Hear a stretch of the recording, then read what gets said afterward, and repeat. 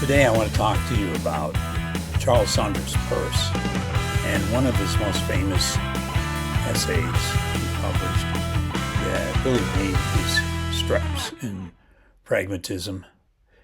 It's how to make ideas clear, all right?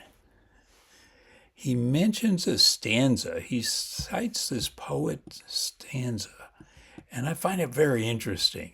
And I want to talk a little bit about it today. Now let me read the stanza to you.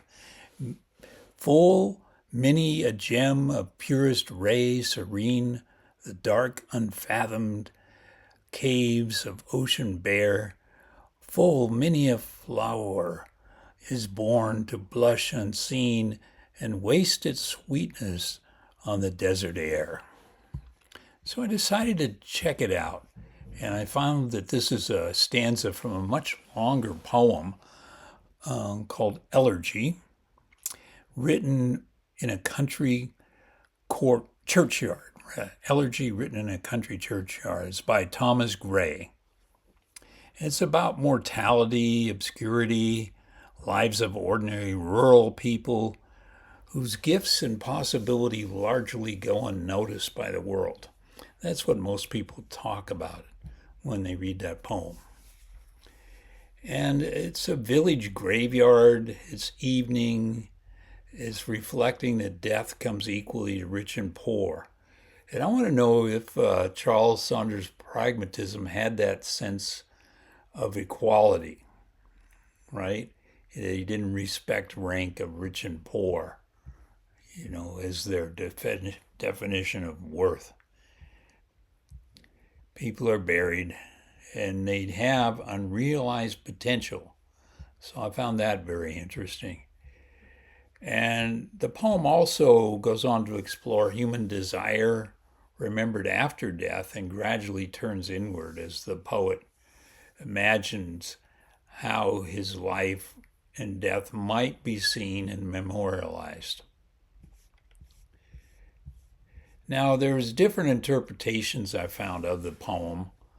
One reflects 18th century social class tensions between the rich and the poor, the haves and have-nots, and mourning wasted potential of the rural poor, while quietly criticizing a hierarchy that ties opportunity and remembrance to birth and wealth. I'm not sure that's what Charles Sanders Peirce was getting at. It seemed he might have had a more literal understanding of that stanza, although he's a genius, memorized Immanuel Kant's book, Who does that? Anyway, it's kind of more focused on that if you use science and use abduction and induction, deduction, you can get at these gems that are otherwise obscure and on the ocean floor or in the desert, like where I live in New Mexico. By the way, the desert is quite beautiful, those of us who live in New Mexico and understand it. But I'm wondering if there's also another interpretation, the unrecognized genius of the poor in rural America, sort of a notion of mindfulness, that the mindfulness of the poor could be quite bountiful and quite different than what we find in modern day cities, for example. So among the poor villagers may lie unrealized political and artistic greatness and genius, and we recognize that after they're dead, perhaps, but they have less opportunity to make that known.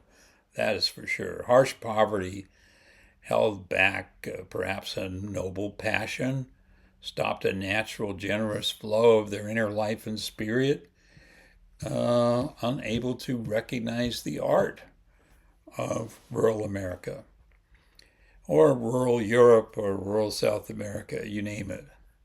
So many readers see the elegy written in a courtyard churchyard as doing several things at once, So critics don't really have a right to say, hey, that's the interpretation, that's the only interpretation, because it's layered. And I think in that sense, Charles Sanders Peirce's work is quite layered. Richard Rorty kind of does not go with the science of self-correcting. In my work with Grace Ann Roselle, we pursue this idea of self-correcting conversations, putting in the induction, abduction, and deduction approaches.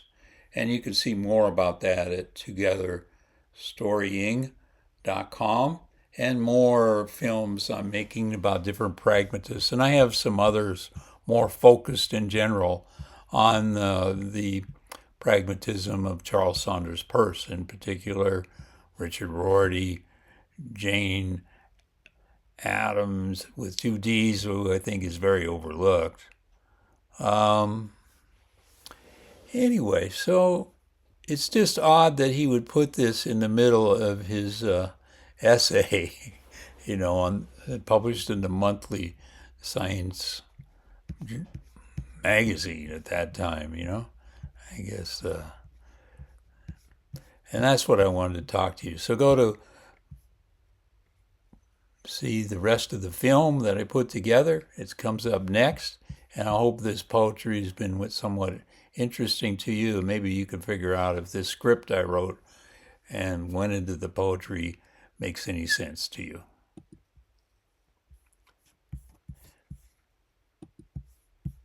Okay, so here's a wild one for you. How on earth did a leading philosopher of science end up using a melancholy, centuries-old poem about a graveyard to define the very nature of reality? I know, it sounds completely impossible, but this one strange connection, it really changes everything. Right, so how does that even happen? The entire story really boils down to this single question. You've got rigorous, forward-looking science on one side, and on the other, this sad, reflective poem about things lost to time. What could they possibly have in common? So let's meet our main players, who are separated by over a century and, you'd think, a universe of thought.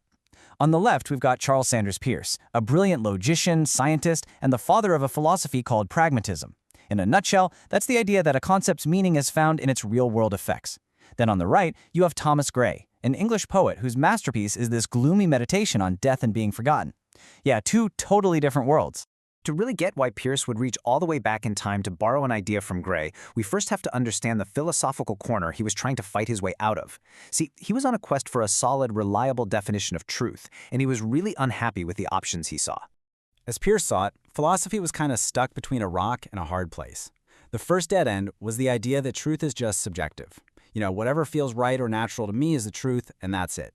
The other was that truth was some perfect, abstract system that philosophers just dreamed up in their heads, totally disconnected from real-world facts.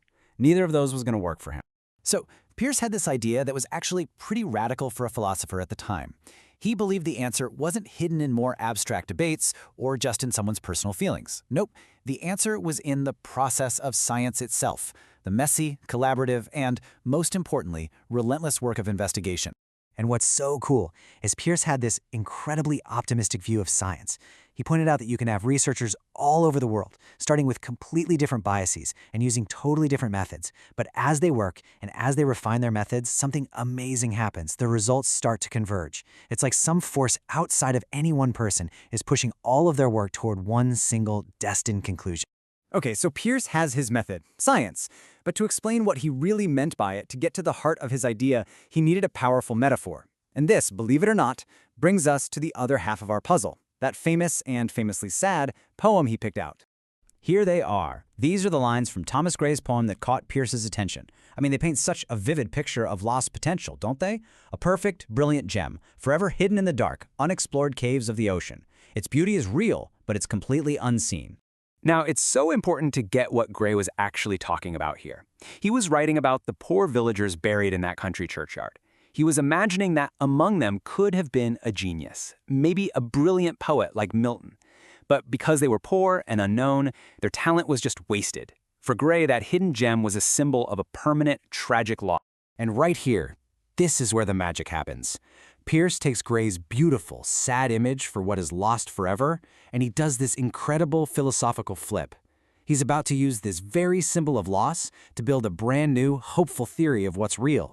So Peirce looks at the poem's core idea, and he challenges it head-on. He asks this radical question. He's like, wait a minute, does this unseen gem actually count as a gem if no one ever finds it? Is its brilliance even a real quality if it sits in total eternal darkness?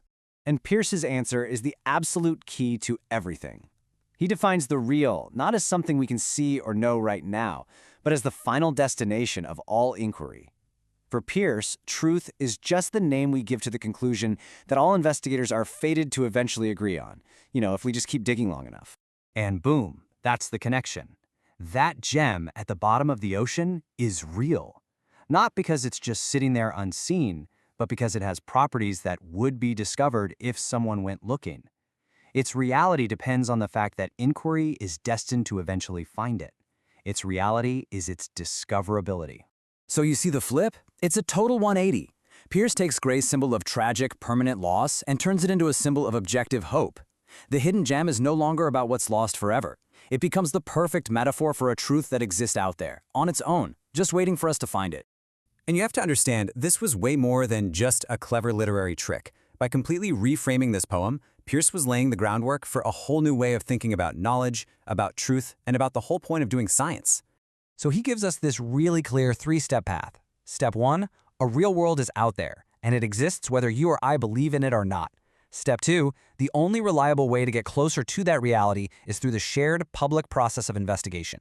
And step 3, the final unshakable consensus that this process is destined to reach, well, that's what we call the truth.